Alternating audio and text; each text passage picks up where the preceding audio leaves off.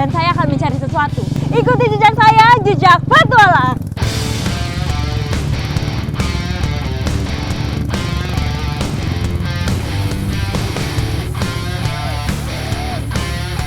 Nah, ini di kiri kanan saya sudah banyak pohon bambu, tapi bukan bambu yang mau kita cari.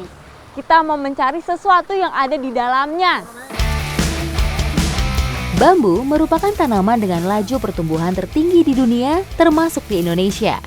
Bagian-bagian dari bambu seperti tunas, ranting, dan dedaunannya adalah sumber makanan utama dari hewan dan serangga. Nah, ini jadi yang mau kita cari emang biasanya hidup di bambu-bambu yang sudah setengah bentuk seperti ini. Dan menurut Mas Amin, ini kemungkinan besar bakal ada nih.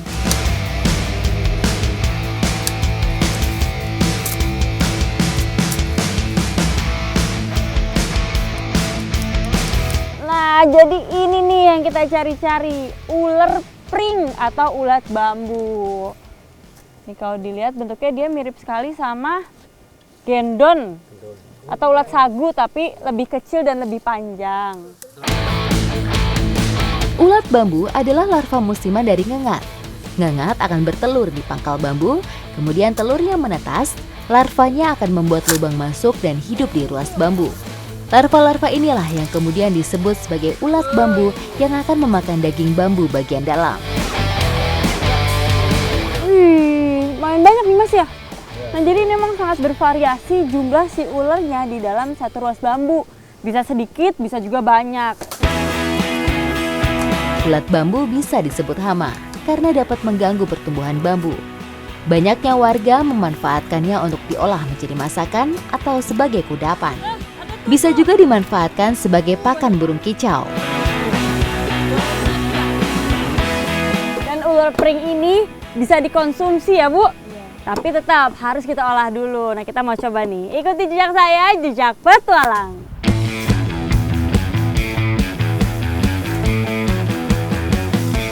Ular pring ini akan kita olah menjadi masakan yang namanya bobor ular pring. Penasaran seperti apa? Ikuti jejak saya, jejak petualang.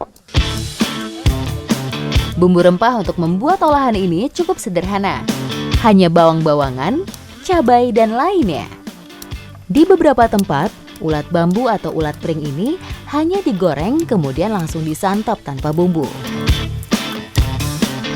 Nah, ini pertama kita harus masukkan dulu ular pring atau ulat bambunya. Masukin ya Bu.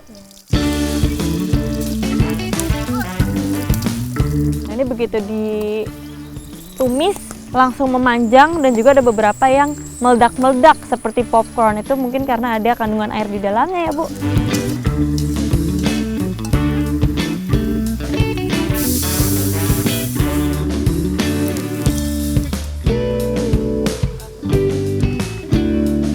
Nah, ini kita harus nunggu sampai santannya matang baru ulatnya bisa kita masukkan.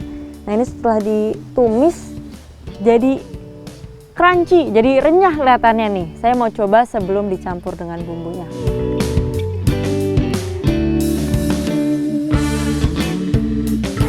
Rasanya gurih ya Bu? Gurih tapi ada manis-manisnya.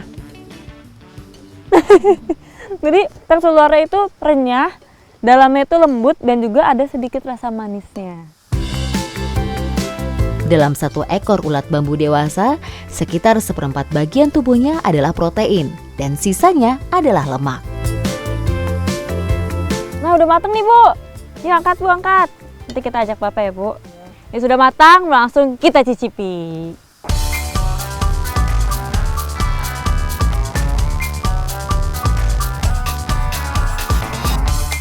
Ini rasanya emang mirip sama lodeh ya Bu. Tapi ada sedikit rasa manisnya.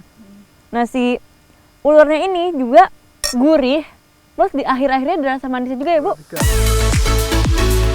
Selain mengandung protein, ulat bambu juga mengandung nutrisi dan vitamin yang cukup lengkap. Sumber protein memang bisa didapat dari mana saja, termasuk ular pring ini tinggi akan protein. Ikuti jejak saya, jejak petualang.